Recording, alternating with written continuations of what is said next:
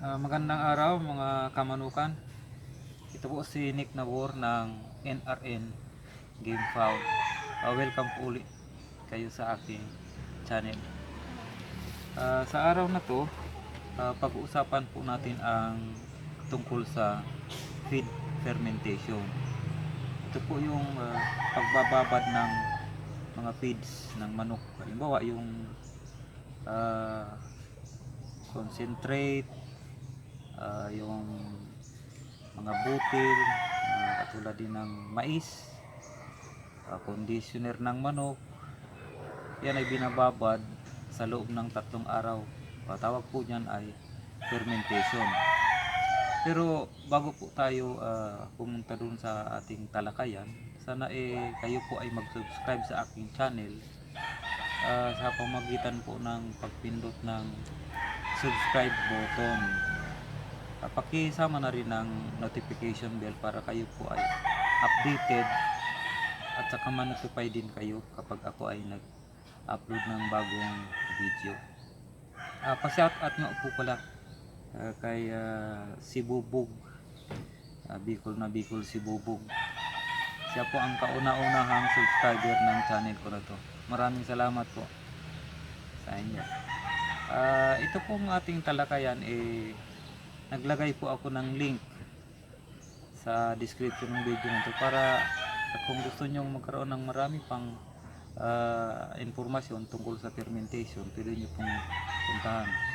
Kasi ito pong tatalakayin natin dito na fermentation, ito ay nag-research din po. Alam ko rin po kung ano yung mga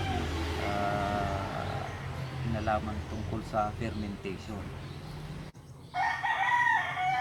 Sa panahon po ngayon, lalo tayo ay nasa pandemya, importante na tayo ay makatipid, lalo sa gastusin natin sa ating mga alagang manok, sa patuka.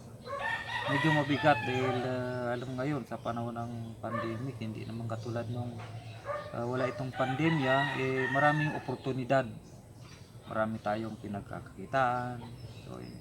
Pero sa ngayon, dahil marami ang nawala, kailangan natin makaisip ng paraan kung paano tayo ay makakatipid at makakabawas ng gastos. So, isa sa mga paraan nito ay itong tinatawag na fermentation, yung pag-ferment ng feeds. Ano ba itong fermentation? Ito raw ito ayon sa aking pananaliksik, is a process daw that produces chemical change in organic substrates through the action of enzymes. It is also the extraction of energy from carbohydrates in the absence of oxygen. Also, fermentation is a process where bacteria, the good bacteria and microorganisms break down food components into other products. Itong mga products na ito, halimbawa yung glucose, from glucose to other products like organic acids, gases, saka alcohol. So ibig sabihin, ito palang fermentation, ito yung proseso kung saan yung mga bakterya, yung mga good bacteria, yung mga microorganisms, yung enzyme, sila ang nagbabago para maka-convert uli ng bagong produkto naman. Yung good bacteria, microorganism, kinukonsumo nila yung nandoon sa mga butil, tapos ginagawa nilang bagong produkto. Itong mga bagong produkto, ito yung nagagawa sila ng mga bagong vitamins bukod pa doon sa dati na dinadagdagan nila, katulad ng halimbawa nakagawa sila ng mga B vitamins, yung niacin, riboflavin, tapos yung mga good bacteria na to, may microorganism, sila rin yung mga gumagawa ng kontra doon sa mga sakit na kailangan ng ating mga manok, kahit na yung mga tao. So yan ang ng fermentation, yung kahulugan, yung proseso, isang proseso kung saan binabago yung sangkap, chemical na sangkap ng isang organikong bagay katulad ng pagkain. So yun pala yun. Pag binabad natin, butil. Pag binabad mo, nababago, nadadagdagan. So yun pala yun. Dahil nadagdagan siya, di ano naman ang mga benepisyo nito doon sa ating mga alagang manok o maski sa ating mga tao. Sa tao raw, dito, pinaparami yung beneficial bacteria o yung mga probiotics. Tawag doon mga probiotics. Katulad ng lactobacillus.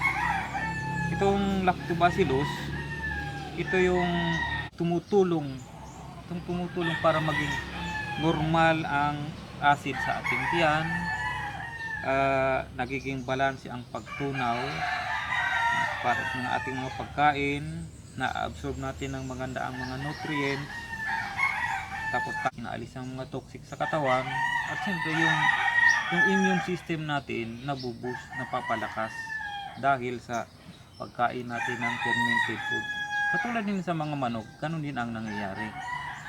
Nagkakaroon din sila ng mga resistensya, mga panlaban sa mga sakit, meron din sila. So, ang mga benepisyo pa na nakukuha dito sa fermented food para sa ating mga alagang manok, yung mga inahin natin, yung itlog nila nagiging mabigat, matimbang, saka yung shell matigas. So, hindi siya nagbe-break agad. Tapos nagkakaroon sila ng resistensya sa katawan, lalo na sa kanilang bituka, kung saan yung pag meron na siyang resistensya sa bituka, meron na silang panlaban sa E. coli saka yung sa salmonella. Itong salmonella saka yung E. coli, ito ay mga coliform bacteria. Ito isa sa mga problema nating mga nagmamanukan, na yung ating mga manok pag nagkaroon ng E. coli o salmonella, kumisan mahirap talagang gamutin.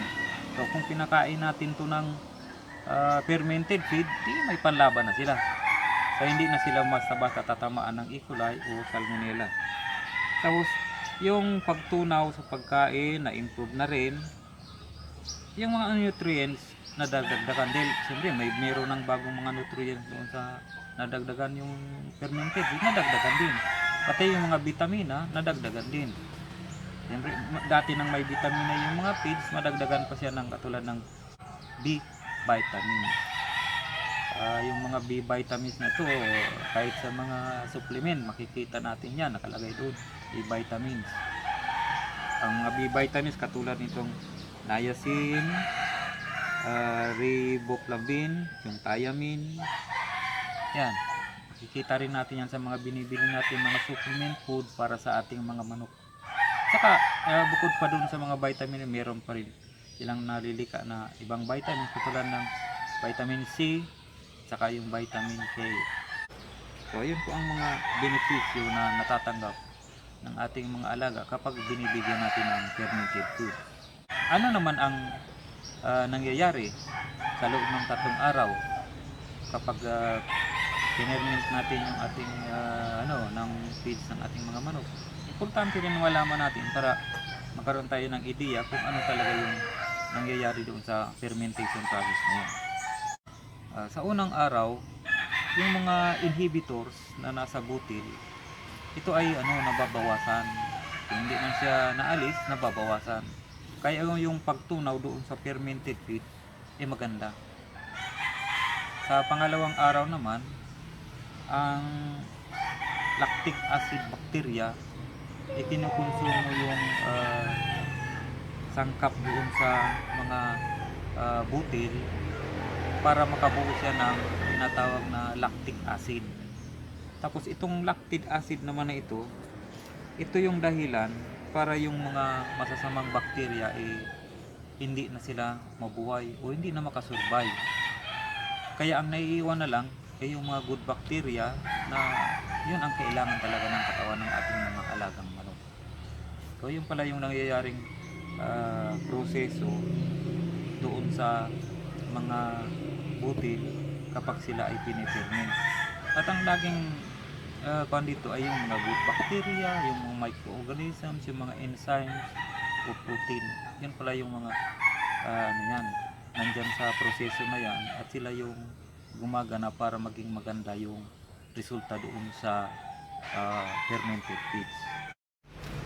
Ngayon, alam na natin ang fermentation process at kung ano-ano yung mga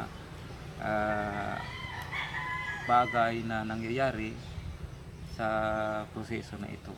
Meron akong hinanda na demonstration at 1 kilo na concentrate seed na hinianda ko para dito ang purpose ko dito ay malaman natin kung gaano karami yung nadagdag, at saka makita nyo na rin kung paano ko ito gagawin para meron na ideya kung halimbawa gusto nyo rin na mag-ferment ng feeds, maski masusundan nyo na lang. Kasi ang importante dito, dahil ang gusto natin ay makatipid, kaya yung purpose dito talaga, number 1 makita natin kung gaano karami yung matitipid natin. So, samahan niyo po ako sa aking demonstration. Tayo na po. Ito tayo ngayon sa ulanan. Pakikita ko kung paano ang pag-ferment ng pagkain ng manok. Ito kailangan natin yung container, lagyan, tapos tubig. Ang tubig kailangan yung hindi siya galing sa nawasa o susupply kasi may chlorine yun. Ito tubig ulan to, perfect, wala siyang chlorine. Tapos ito for purposes ng ating demonstration, bili ako dito ng 1 kilo lang ito para masusukat natin kung ilan ang idadagdag na pagkatapos ng 3 araw. So, una, kailangan muna natin sukatin kung ilan o dito sa compare na to hanggang saan siya, para after 3 days mag-determine natin kung ilan yung may dadagdag. So, tingnan natin, hindi na natin kailangan linisin pa. Ito sigurado malinis pa rin. Lagay natin siya dyan. Okay. Yan. Ngayon, meron ako ditong metros para nasukat natin kung at saka matandaan na rin. Ayan. So, 14.5 cm. So, guguhitan natin siya, tatandaan para meron tayong palatandaan. So, ibig sabihin, ito yung dami ng feeds na atin ipiperment. Yan ang sukat. So, nasa 14.5 cm siya. Ito. So, yan sukat natin. Yung natin ito. So, yan ang official natin. Ito.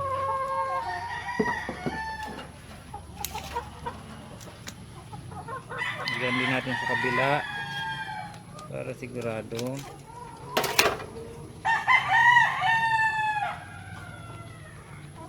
Okay. So, ito yung tanda.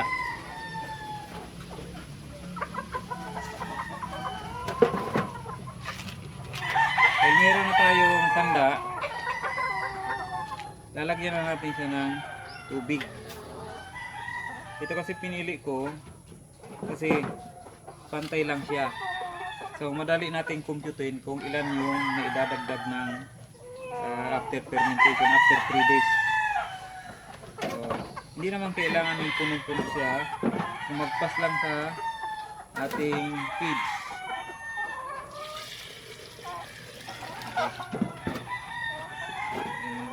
Haluin natin.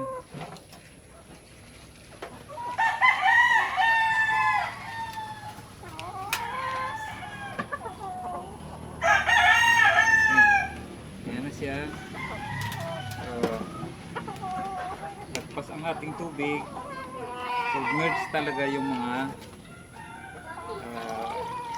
beans natin.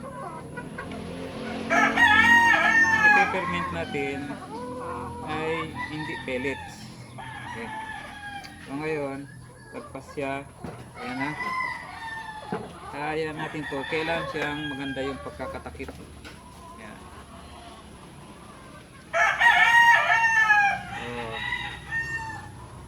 Bawat 4, 6 or 8 hours kailangan siyang i-mix, halukayin para yung bula niya umangat. So maghintay tayo ng 3 days. Pero after a day or 2, titingnan natin kung anong nangyayari sa ating fermentation process. Shake it like you mean it, baby. Come on and dance with it. Come on. Shake it like you mean it, baby. Come on and dance with it.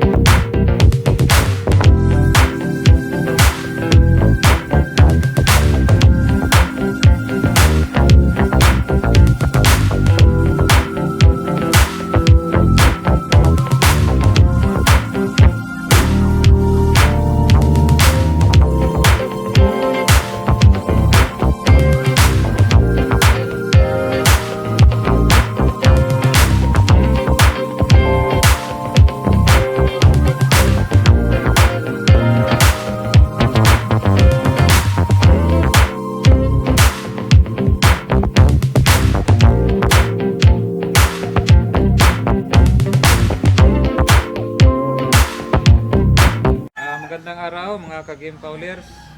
Ito na yung ating fermented feeds after 3 days.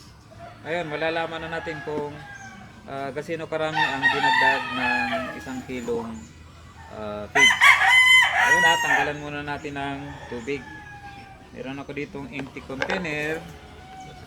Lipat ko lang yung tubig.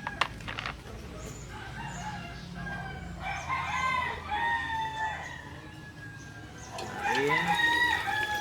Ito nga palang tubig, huwag nyo itong tatapon kapag wala na yung inubos na yung feeds, kasi ito ay pwedeng gamitin uli.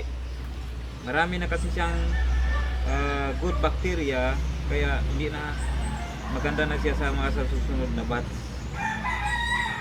Okay, wala ng tubig.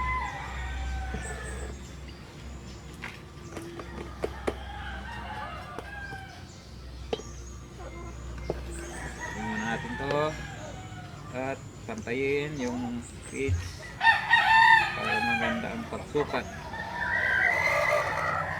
Okay, ngayon masusukat na natin siya. Yung sukat natin bago nung una ay meron na tayong guhit dito. Ito yung kanyang guhit. Sukatin natin ang guhit niya.